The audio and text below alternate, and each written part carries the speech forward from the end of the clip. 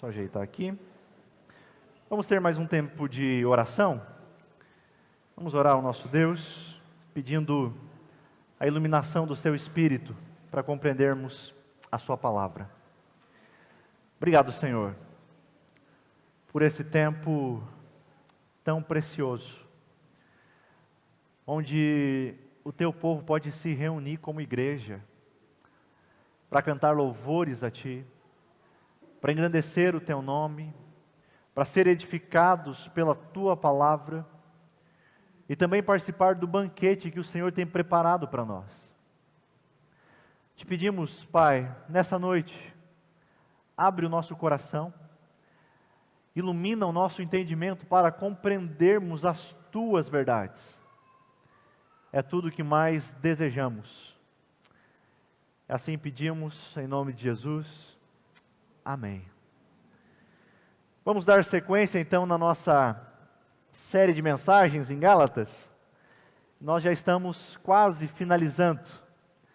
Estamos vendo o final do capítulo 5. E no próximo domingo, se Deus permitir, nós entraremos no último capítulo. Hoje veremos o fruto do Espírito. Amém?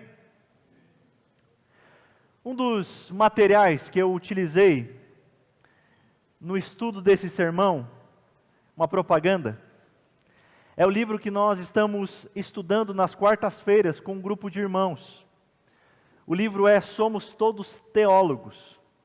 E esse livro é maravilhoso. Sproul, falecido em 2017, ele é conhecido como o facilitador, pois ele consegue pegar assuntos difíceis e simplificar. Para muitos, ele é tido como o João Calvino da nossa época. E o Sproul, nesse livro, ele chama a atenção, no capítulo que ele fala acerca do fruto do Espírito, ele chama a atenção dizendo que muitas vezes nós temos uma preocupação demasiada com os dons do Espírito e pouca preocupação com o fruto do Espírito. Não deveria ser assim. Porque a vida cristã, ela não é avaliada por dons, mas ela precisa ser avaliada pelo fruto. Talvez você conheça alguém com dons incríveis, cheia de talentos, que são capazes de fazer coisas extraordinárias, coisas maravilhosas, mas nem sempre essas mesmas pessoas conseguem viver de forma regular e permanente no poder do Evangelho. Ao final da vida cristã, a pergunta não será: você sabe fazer isso ou aquilo? Mas a pergunta será: terá você dado bons frutos? É por isso que Paulo abre e fecha o parágrafo, chamando a atenção para a vida cristã. Eu não vou fazer a leitura toda do texto, mas eu lhe convido a permanecer com a Bíblia aberta. E nós iniciaremos a leitura de 2 versículos, que já nos chama a atenção de imediato ao texto, que é o versículo 25 e o versículo 16 e o versículo 25. É até esses versículos que nós veremos hoje. Mas se você está com a sua Bíblia aberta, você verá que esse capítulo 5 vai até o versículo 26, não é mesmo? Mas nós não veremos nessa noite o versículo 26. Por quê? Devemos lembrar que a inserção de capítulos e versículos é algo posterior à escrita da palavra de Deus. E nós entendemos que essa perícope, na verdade, esse versículo faz parte do texto seguinte. Gálatas 5, versículo 16 e 25 diz: por isso digam, vivam pelo Espírito, e de modo nenhum satisfarão os desejos da carne. Versículo 25. Se vivemos pelo Espírito, andemos também pelo Espírito. Na semana passada, nós vimos que os Gálatas haviam começado bem a corrida do Evangelho. Porém, havia se levantado no meio da igreja homens que, dizendo, irmãos, estavam querendo fazer com que os Gálatas se desviassem da verdade do Evangelho. Estavam fazendo com que os Gálatas retornassem às práticas do judaísmo. E aos Gálatas, ao invés de rejeitarem aquilo e dizerem, não, nós temos a Cristo e Cristo nos é suficiente, eles passam a ser seduzidos por essa falsa mensagem, por esses falsos mestres. E eles passaram a usar a liberdade que eles haviam recebido em Cristo e começaram a dar ocasião à carne. Se nos versículos anteriores o apóstolo Paulo mostrou que a vida cristã se compara a uma corrida, no parágrafo, no texto de hoje, a figura muda. Agora Paulo não fala mais de uma corrida, mas Paulo fala de uma luta. Paulo fala de uma batalha. E essa batalha, ela acompanha toda a vida do cristão. E talvez você se pergunte, mas que batalha, que luta é essa?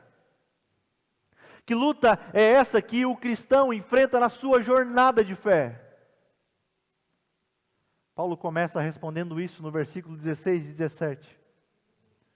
Ao dizer, por isso digo, vivam pelo Espírito, de modo nenhum satisfarão os desejos da carne. Por quê? Pois a carne deseja o que é contrário ao Espírito. E o Espírito, o que é contrário à carne.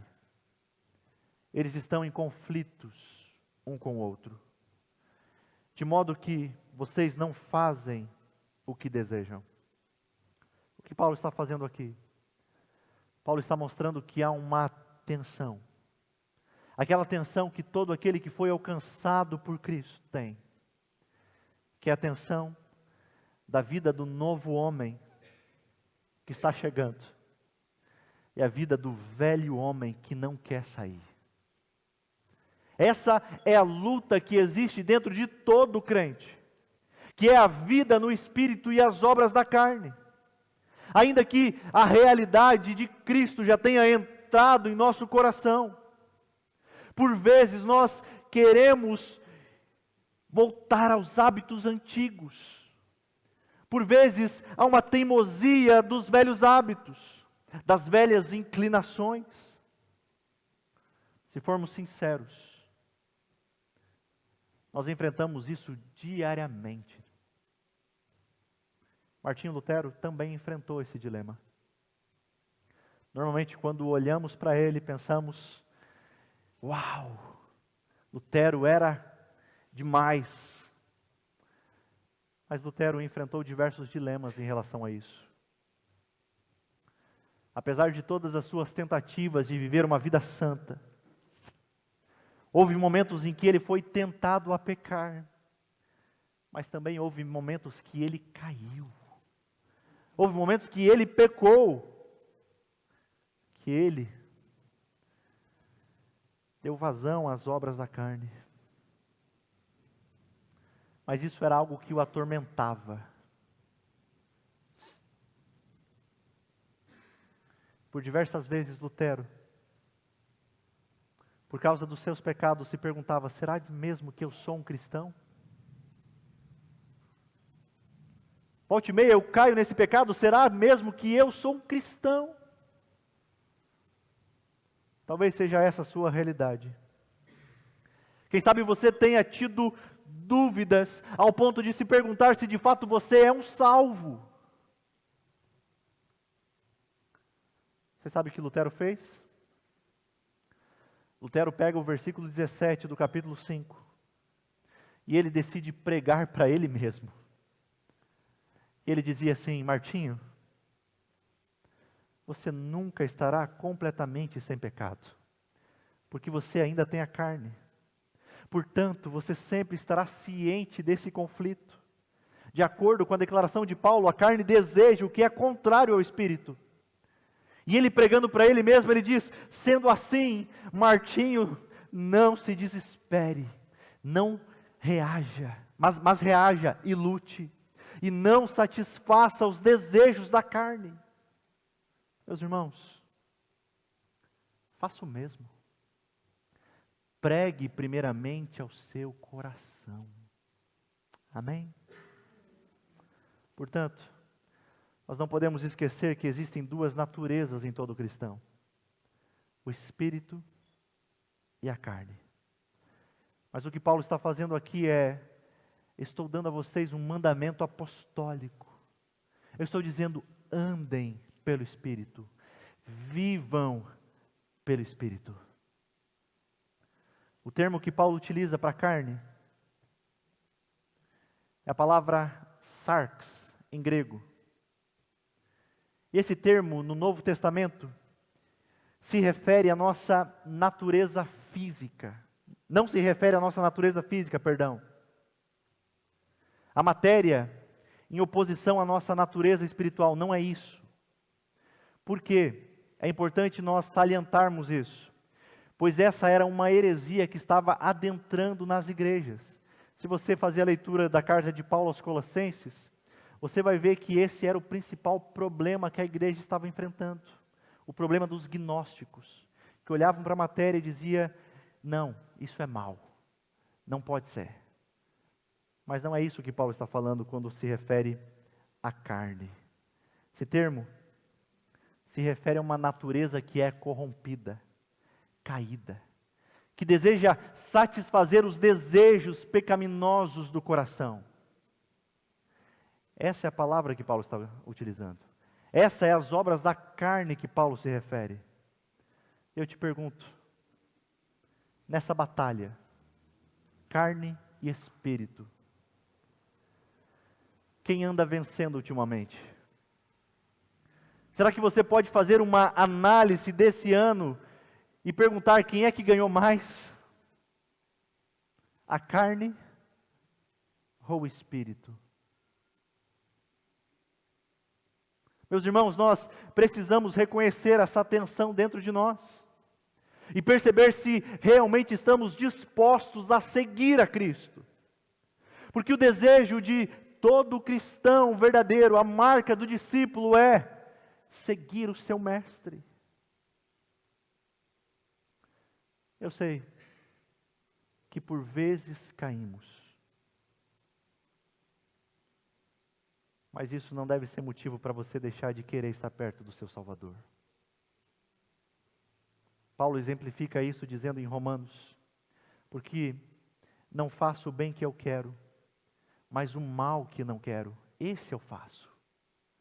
Mas se eu faço o que não quero, já não sou eu quem faz, mas é o pecado que ainda habita em mim. Nós temos esse paradoxo, essa tensão. Porque a carne, ela deseja o que é contrário ao espírito. E obviamente o espírito que é contrário à carne. Mas viver segundo a carne é estar debaixo da lei, diz Paulo. É estar sob condenação. Carne e espírito estão em conflito um com o outro. Ou você agrada um, ou você agrada outro. É interessante que o apóstolo Paulo faz um contraste. Ele diz: a carne tem desejos, mas o espírito também tem desejos. Jesus, no Evangelho de João, diz que o anseio do Espírito Santo é glorificar a Cristo, é apontar a Cristo. Ou seja, o Espírito anseia por nos mostrar a Cristo e nos conformar a Ele. Esse é o processo da santificação, que significa que somos separados do pecado. É a obra do Espírito de Deus em nós que nos torna semelhantes a Cristo. E nós estamos nesse processo de santificação, dia após dia. E essa obra, Essa obra nos capacita a pelo menos duas coisas. Primeiro, morrer para o pecado. E a segunda, viver pelo Espírito. Somos livres pelo Evangelho. Mas a nossa vida é uma guerra contra o pecado. Por que eu falo isso? Porque a primeira coisa que vemos nesse texto é a necessidade de morrermos para o pecado. De reconhecer as obras da carne. Porque o nosso velho homem gosta de fazer essas coisas que estão registradas aqui. A partir do versículo 19. É claro que nessa lista nós não temos todas as obras da carne. Porque essa lista de obras da carne são problemas que as igrejas da época de Paulo estavam enfrentando. Mas que problemas são esses? Que obras são essas? Veja comigo o versículo 19. Ora, as obras da carne são manifestas: imoralidade sexual, impureza e libertinagem. Versículo 19. As três obras da carne citadas nesse versículo, se você observar, são obras na área da sexualidade. Primeiro ele diz imoralidade. Em algumas versões, não sei como está a sua Bíblia, mas vai dizer prostituição. É normal as pessoas pensarem que prostituição é somente quando mulheres vendendo o corpo. Isso também é prostituição. Mas o que Paulo está falando aqui é um sentido muito mais amplo. O que Paulo está inserindo aqui nessa imoralidade está incluindo adultério, fornicação, masturbação, homossexualismo e diversas outras imoralidades. Quando Paulo escreve essa carta, a imoralidade sexual era uma prática tão comum no mundo grego. Na Grécia, o relacionamento sexual antes e dentro do casamento, com pessoas cometendo adultério, era algo praticado sem nenhuma vergonha. Para eles se tornou uma coisa absolutamente normal. Será que os nossos dias estão diferentes? A imoralidade por toda parte. E as pessoas fazem isso como se fosse algo normal. Depois ele fala de impureza, que nós temos também um conceito que é bastante abrangente, que também está ligado à imoralidade. E esse conceito não inclui apenas ações, mas também palavras, pensamentos, intenções impuras do coração. Depois ele vai falar de libertinagem, ou talvez esteja na sua Bíblia, lascívia. Esse termo enfatiza principalmente a falta de domínio próprio, onde a pessoa se entrega totalmente aos seus próprios desejos pecaminosos, sem qualquer decência, sem qualquer vergonha. Vivemos dias em que as pessoas estão tão acostumadas com a indecência, ao ponto disso se parecer algo normal, mas não é. Depois de falar desses pecados na área sexual, Paulo vai falar de dois pecados que dizem respeito a falsos deuses. Versículo 20, a parte A. Ele fala idolatria e feitiçaria. Idolatria é se prostrar a um Deus. Quer seja um Deus de pedra criado por mãos humanas, como também a idolatrias do coração. Não é um termo que se refere somente à adoração a imagens, mas a idolatria inclui toda a prática de adoração e culto a falsos deuses, a pessoas, objetos, ou a qualquer coisa que desvie o seu coração, a sua adoração ao verdadeiro Deus. Idolatria é a busca para encontrar a nossa identidade e segurança em qualquer coisa ou em qualquer ser que não seja Deus. Mas ele fala também de feitiçaria, bruxaria. E a palavra que Paulo utiliza aqui é a palavra farmakeia. Não é farmácia, mas o termo deriva disso. Não estou dizendo que farmácia é feitiçaria ou bruxaria, não me entendam mal. Mas o termo que Paulo utiliza aqui, ele é traduzido como, essa palavra é traduzida como droga, remédio, veneno. Porque na antiguidade, na época de Paulo também, uma pessoa que manipulava, né, essas drogas, venenos e remédios, era muitas vezes identificada como um mago, como um bruxo. Eram como curandeiros, que faziam rituais mágicos de feitiçaria, dizendo que poderiam curar as pessoas, né, por meio desses rituais. Outros, né, até trazer o seu amor de volta, né, isso existe até hoje. E Paulo chama isso de bruxaria. Isso é obra da carne. Será que temos isso também hoje no meio evangélico?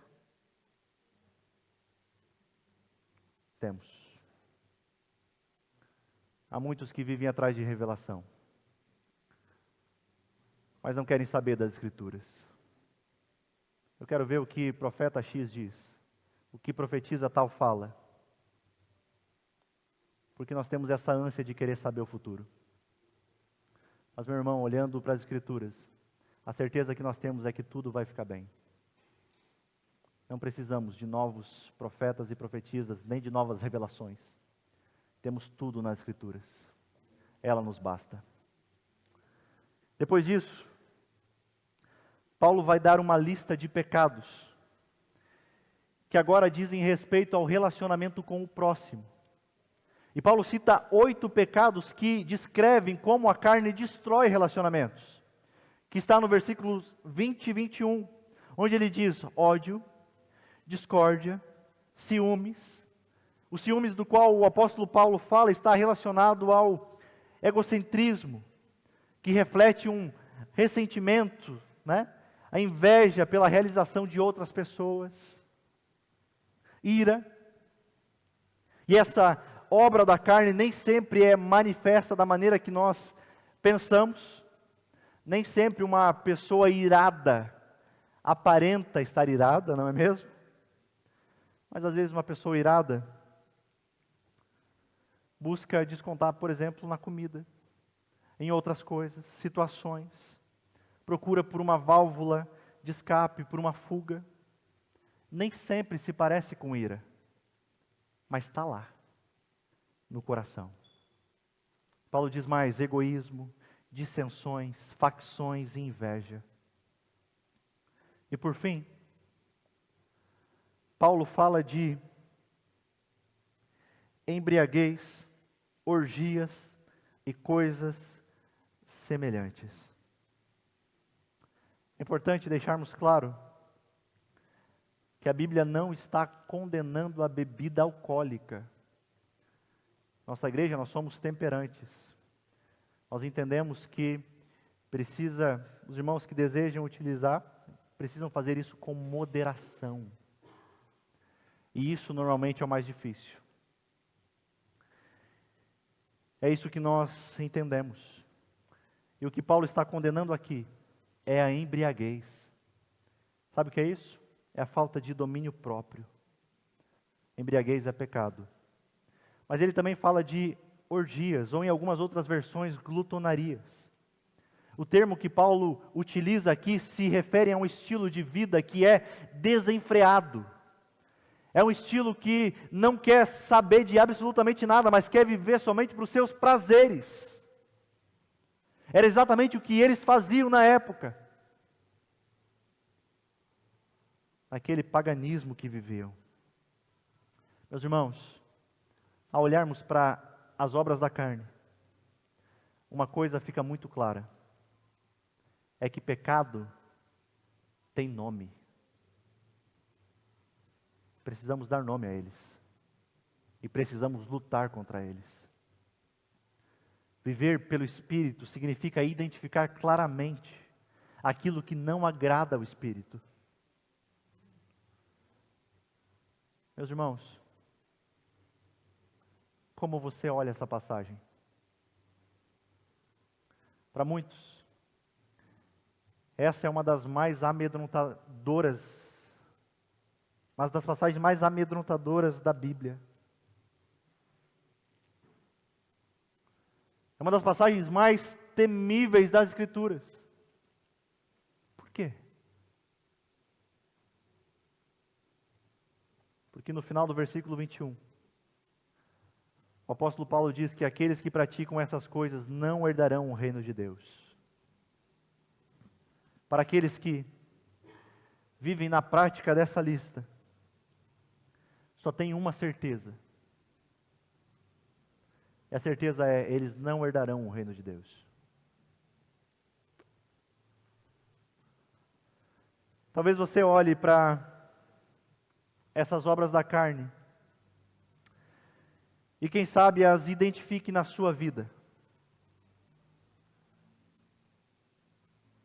E talvez você se pergunte: o que fazer? A resposta é: arrependa-se hoje mesmo. E creia somente no poder transformador do Evangelho. Como eu disse, há uma guerra. E nós não estamos livres. De volta e meia nós perdermos batalhas. Não estamos livres de volta e meia cairmos, de errarmos. Quem sabe você pense: tá, mas e quem já praticou essas coisas? Não vai herdar o reino de Deus? O que Paulo está mostrando é: as pessoas que têm o hábito de viver dessa maneira, se essas são coisas que definem quem você é, se essas coisas são o seu estilo de vida, então a verdade é, elas não têm o Espírito.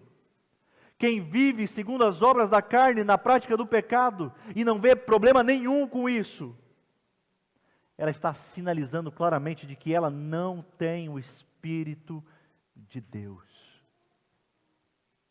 Pois quando vem o Espírito, do que ele nos convence?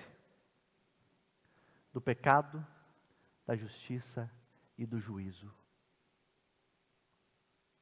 Um cristão que diz ser cristão, mas vive, tem esse estilo de vida, não é convertido, mas é convencido. Nunca passou por um real arrependimento e transformação. Como disse o reverendo Augusto Nicodemos, a vida cristã é como uma viagem longa. E nessa viagem você pode ter alguns imprevistos. Você pode furar um pneu de vez em quando. Mas imagine você fazendo uma longa viagem e começa a furar um pneu a cada 5 quilômetros.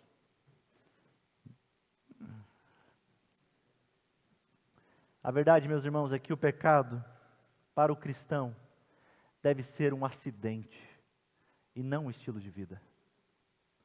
Não deve ser isso que nos marca. Pessoas não devem olhar para nós como alguém que vive caindo em pecado. Que o pecado seja um acidente na minha e na sua vida. Amém? É interessante que o apóstolo Paulo falar das obras da carne. Agora ele apresenta o fruto do Espírito. Versículo 22. Mas o fruto do Espírito é. Você consegue observar a mudança que Paulo faz? Na linguagem de Paulo? Antes do que ele falou? As obras da carne. Ou seja, as nossas obras, os nossos desejos, aquilo que o nosso coração pecaminoso gosta de fazer. Mas aqui a linguagem muda completamente. Aqui ele não fala mais a obra do Espírito. Mas ele cita o quê? O fruto do Espírito. Isso mostra que o fruto é de quem? Do Espírito. É um presente do Espírito. Não é uma fabricação sua e nem minha. A gente assiste o fruto nascer, mas nós não podemos fabricar. É algo que Deus, o Espírito, nos dá. E antes de vermos quais são os frutos, nós precisamos lembrar pelo menos de 4 coisas, 4 fatos, sobre como o Espírito opera. O primeiro, o crescimento cristão deve ser gradual.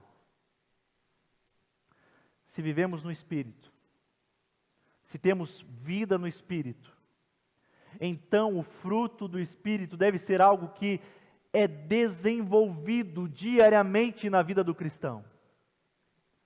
Isso ocorre muitas vezes sem que o cristão se dê conta disso. Até que vem uma dificuldade, um problema, os obstáculos aparecem e ele pensa: nossa, se fosse alguns anos atrás, eu jamais seria tão paciente, ou teria tanto autocontrole para enfrentar essa situação. Você já passou por isso? Isso mostra que o fruto do Espírito estava crescendo o tempo todo, pouco a pouco, sem muitas vezes ser notado. Que bom que você já viveu e vive situações assim. É sinal de que o fruto do Espírito está crescendo em sua vida. Segundo, o crescimento do fruto do Espírito é inevitável. O cristão é aquele que tem o Espírito dentro de si. Portanto, o fruto precisa crescer. É interessante que nós somos salvos por quê? Pela fé. É graça de Deus. Não é por causa das nossas obras, não é por causa dos nossos méritos. Mas a obra da salvação não nos permite ter uma fé infrutífera. Isso deve nos chamar à reflexão. Se somos cristãos há alguns anos, há frutos crescendo em minha vida?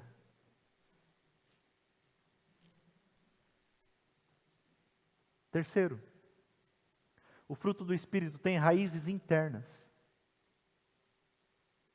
Imagine que você pegue uma laranja e amarre essa laranja nos galhos de uma árvore morta. Isso daria vida à laranja? Não. Por quê?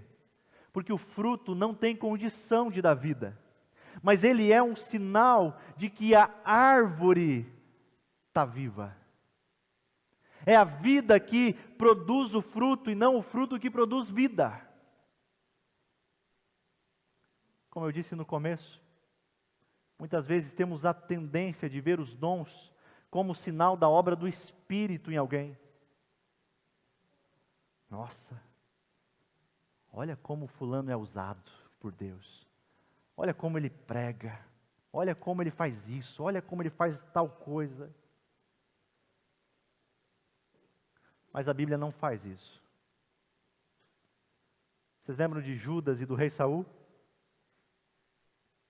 2 exemplos claros de pessoas que foram usadas pelo Espírito para profetizar, realizar milagres, mas eles não tinham o coração renovado pelo Espírito.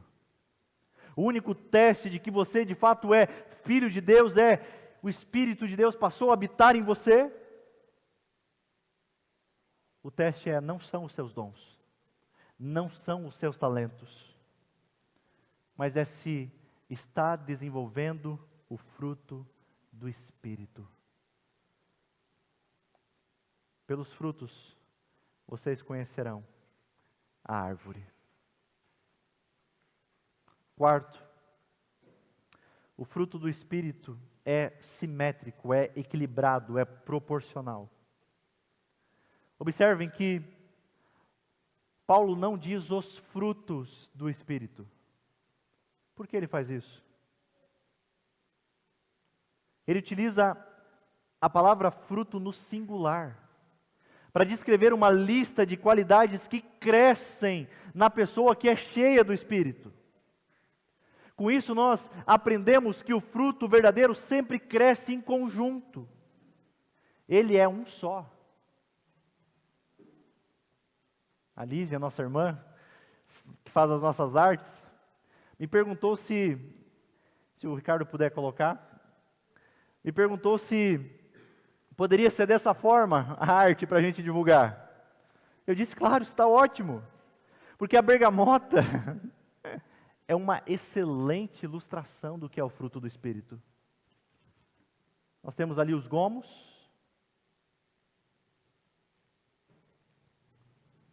mas nós temos ali um único fruto.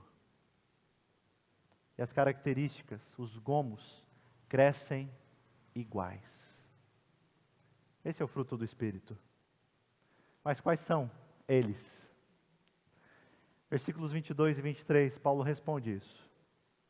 É amor, alegria, paz, paciência, amabilidade, bondade, fidelidade, mansidão e domínio próprio.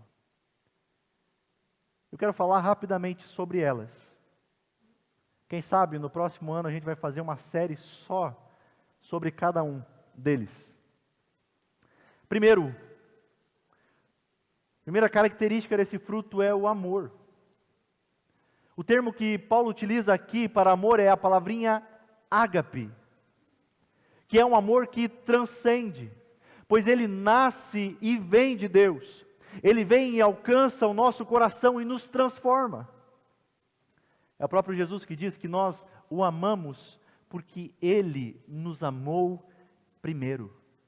E essa virtude está inserida por primeiro na forma pensada. Primeiro amamos, pensamos aqui,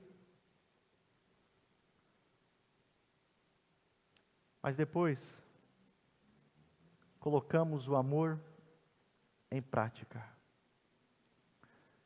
Você observa que essa virtude não está solta aqui no texto?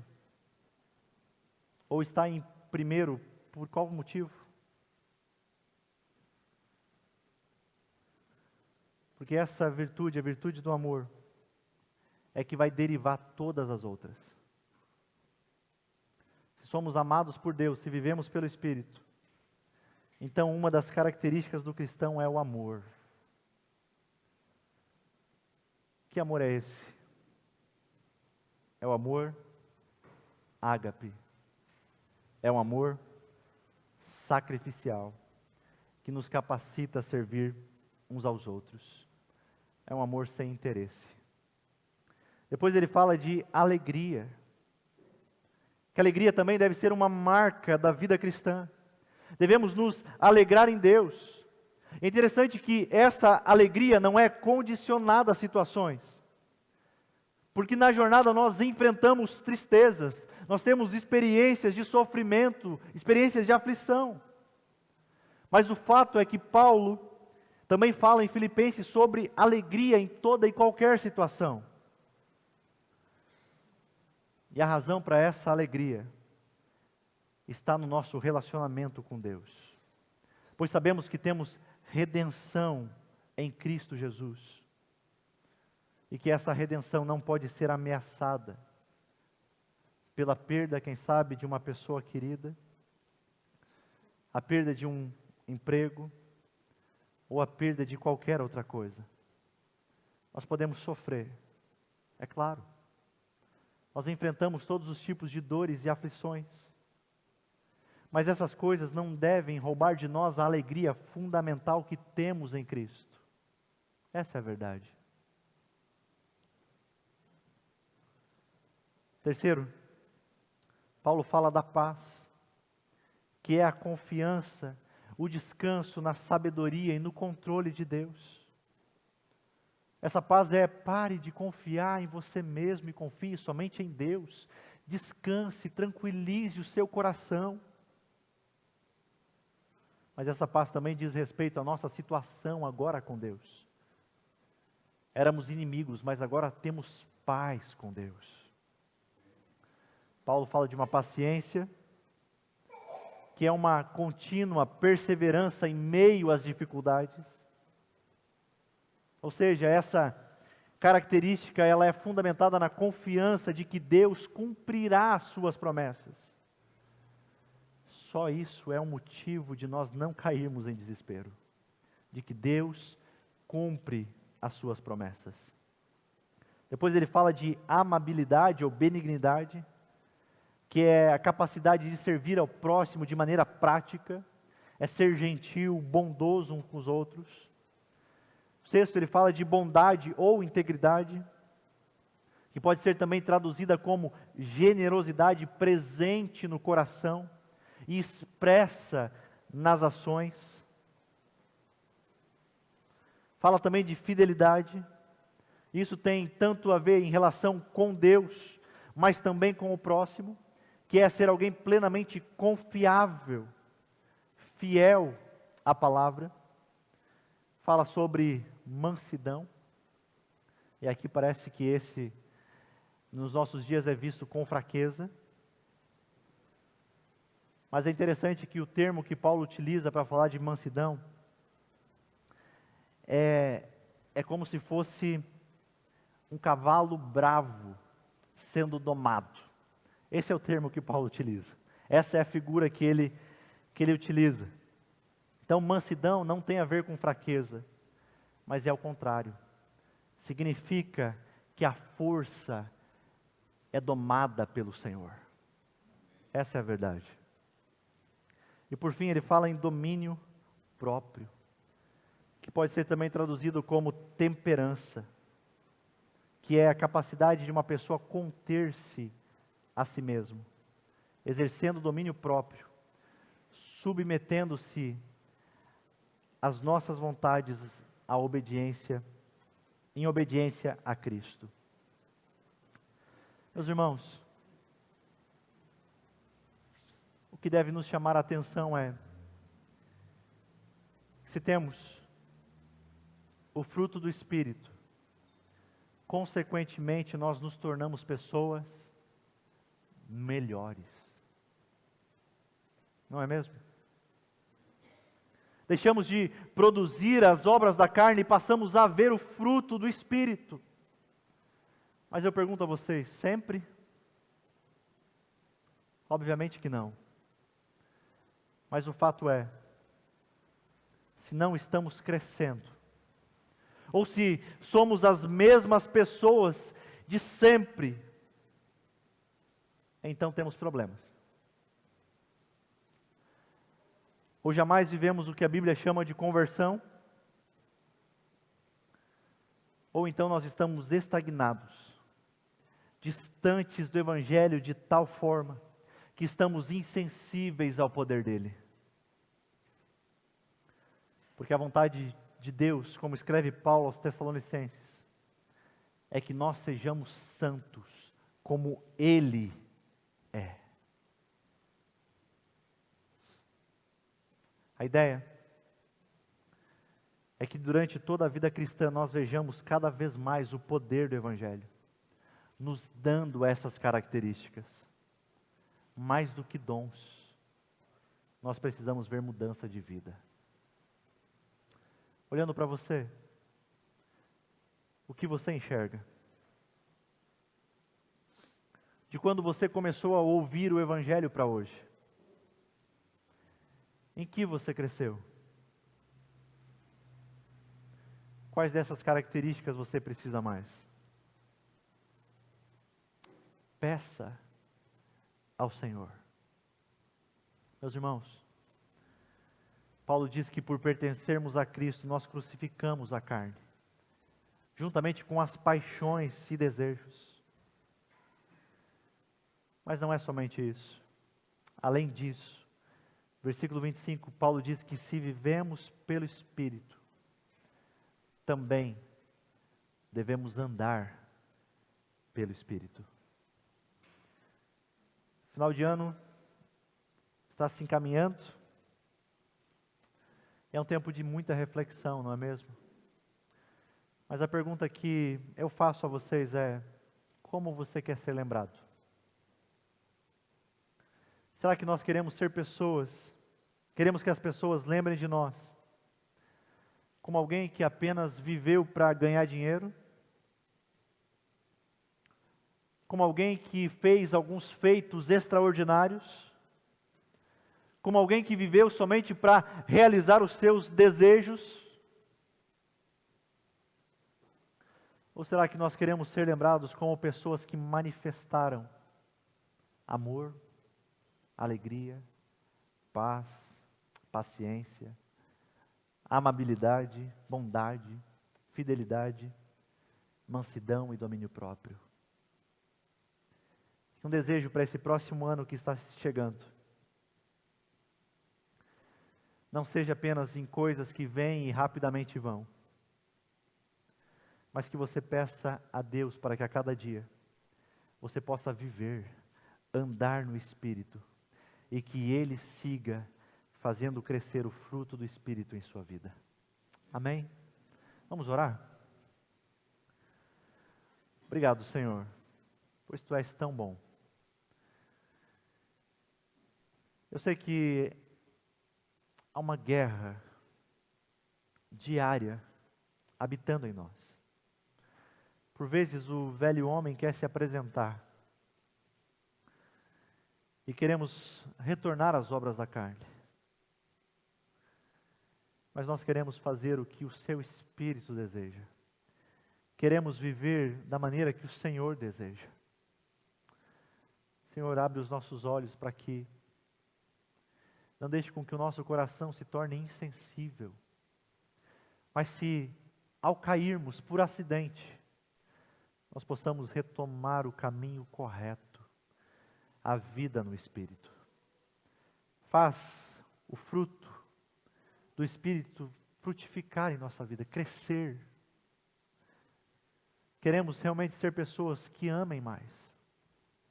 Pessoas que têm paz, paciência, alegria, mansidão, domínio próprio. Pois essa é a vida no Espírito.